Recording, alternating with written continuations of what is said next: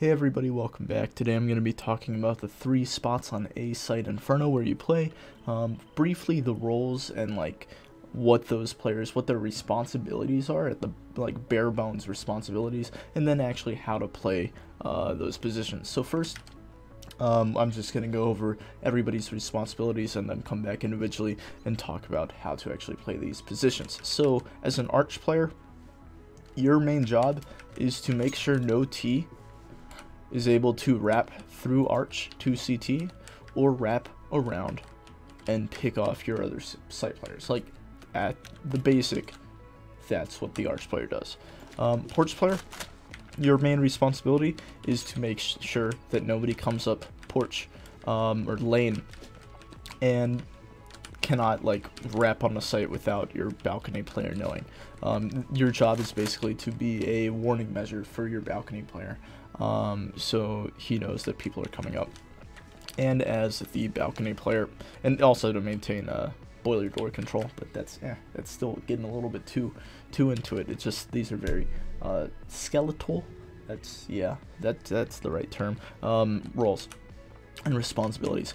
As the apps player, your job is to make sure that nobody comes through this door. So it's pretty basic, and now we're actually going to get into how to play these roles.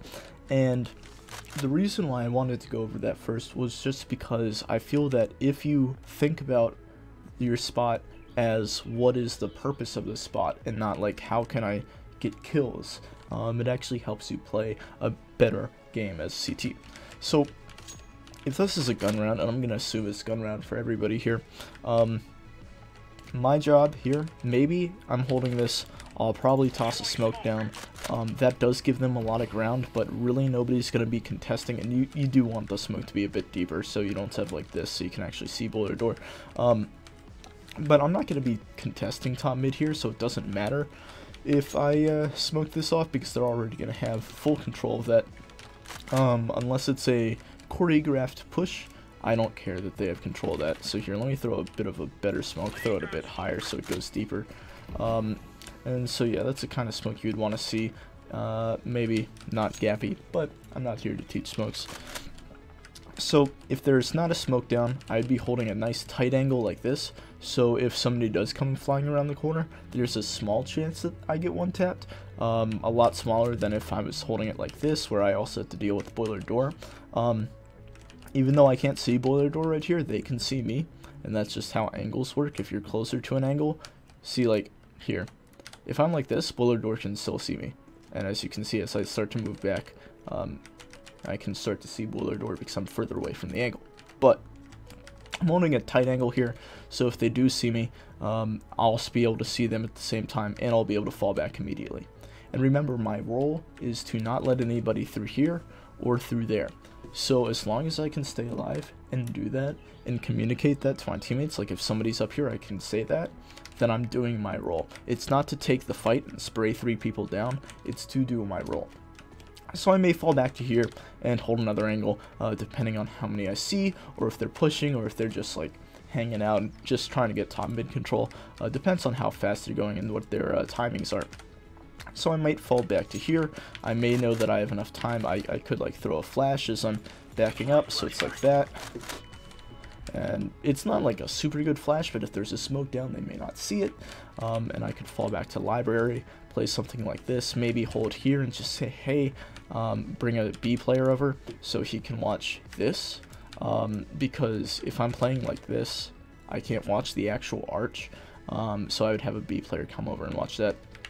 If they smoke arch off, so let's say they throw something like that, I know that they have no intentions of coming through arch since they blocked it off, and they're either doing a fake or they're coming right here and right here. So in that case, I'm coming here because my role now is to help a site and support my teammates, since I do not have to worry about people coming through this. Very basic, very basic. So yeah, I would play this pretty far off and remember what my role is, and not to try to fight kills, not to swing out here. I would never play this unless it was an off angle, and I'd been playing this for 2 rounds, 3 rounds, 4 rounds, not 2 rounds, 3 to 4 rounds in a row.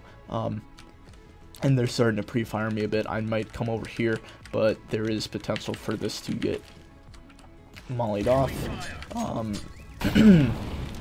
So yeah, I'd play back here.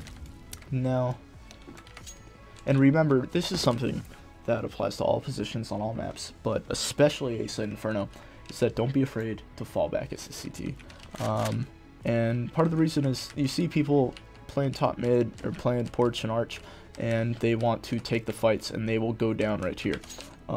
You watch a lot of pro demos, and when there's 30 seconds left in the round, you'll see the porch player playing like this angle, or actually more of like at this angle.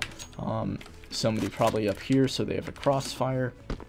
Because the players are still alive, because they're not swinging and taking unnecessary fights. They're giving up map control when necessary. When the odds are against them, they're just giving it up. So as a porch player, you don't really necessarily have to hold this angle. It's actually a very common pre-fire, especially like arch like that and that. And so that's a common pre-fire. So you may not want to hold this angle, especially if you know that your arch player is holding it for you. You can just worry about boiler door. You will be able to hear footsteps in apps unless they walk. Even if they jump into bedroom, you'll be able to hear that.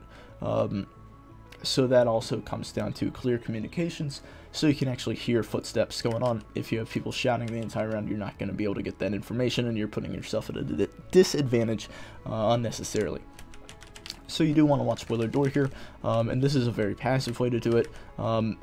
There are angles such as these. I would only play this angle if I knew I had an arch player, like maybe there, or playing a bit more aggressive, so I could actually set up a crossfire. You can also play around this pillar, especially if you know that the T's are being very passive, not super aggressive, and you know 5 of them are going to be flying around this corner, or you know that one tries to lurk through here. This is a good angle to play, but preferably I'd play like a nice back angle here, and if I do see somebody, I can shoot them. This is all bangable, I'm pretty sure. Is it? It's not. Don't listen to me. I don't know what I'm talking about. So it's not bangable, but it is easily mollied. I gotta turn my volume down, I'm sorry. But so, if there is people there, and I know that they're coming out balcony as well, I'm now shifting my focus. So a problem is people will turn and look at where they're going, especially newer players. But if I know that they're about to come out balcony and I no longer have to worry about this, I could first off smoke it, but second off, I'm turning to look at balcony while I'm getting up on the site, and that will just, it's small things like that, small details that really up your game, that like it won't change like on a game to game basis. Like the first game you do it, it's not going to change too much, but at some point somebody's going to be flying out and you're going to be prepared instead of knife out, like back turned. But I am going to fall off, and this leads into the balcony player, because it determines where the porch player is going to fall to. So as a balcony player, I sometimes play balcony, and I like to start off the round, probably not immediately, but 15 seconds into the round, especially if I haven't heard anything. I'm going to throw a better smoke than that, one that actually lands up there. Let me see if I can... Nope. Alright, but there is a smoke that lands up on there, and it does do a one-way. As you can see, I'm very good at it, but you can kind of see their feet.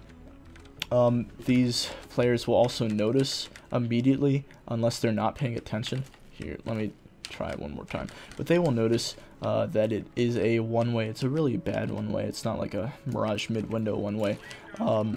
There you go.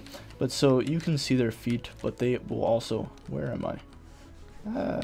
They will also notice that the smoke does not go all the way to the ground if they are aware of it. If they're too focused on if somebody else is there, they may not notice it, and you get a nice free kill. But once that smoke fades, I'll be jiggle peeking it. And this is not how you jiggle peek. You don't go like this. Alright, that's not it. Because if somebody spots you, and you keep on doing this, they're just going to pre-fire your head. So the way that you jiggle peek, and I'm pretty sure that Steel said this, is that you do it like once every 5 seconds. Nice little check. That was not 5 seconds, but it's like a good amount of time. And you don't want to swing all the way out. You don't need to see the full thing, but just like a small... Make sure you know your angles, and I would go into an offline map to figure that out. But so once the smoke's gone, and there's still like a minute 20 left in the round, which is a ton of time. I will jiggle depending on how much map control, depending if my players have fallen back. I may stay up here or I may fall back. This is a nice angle depending on how much, oop, that's not a nice angle, depending on how much porch control you have. You are easily able to stand up on here and catch the players as they're turning, because this is not an angle that they check. They usually check sight and pit. You could stay here only if you have porch control, or you could fall back, play pit, play up on the bicycle. Watch porch for your teammate if he has fallen back to sight, and he can watch in there for you. Or if there's a smoke down there, you can watch porch from here, and you can use the bike to get up and down. But it's very basic stuff, very preliminary stuff that you want to make sure that, well, oftentimes it's overlooked, and you want to make sure that you really understand what role it is that you're playing, and how you can perform that role to the best of your abilities. And sometimes the best of your abilities is not going 20-10 and winning the game 16-5, alright? Sometimes it's letting somebody else get all those kills, but not allowing anybody up porch or anybody up arch. And so you really have to like step down from the star player role and put your ego aside. Sometimes if you really want to play in a good team setting, of course if you know that you're better than the kids, you can just like run down mid and shit and tap them in the face. That's fun and all, but I align more with team play, and I feel like the majority of you do too as well. And it's always something to fall back on. So this is what people talk about when they talk about, this is what people mean when they talk about fundamentals, and having concrete fundamentals. So making sure that you're doing small things like turning like that, things that I don't even know, but just making sure you understand what you're doing and why you're doing it.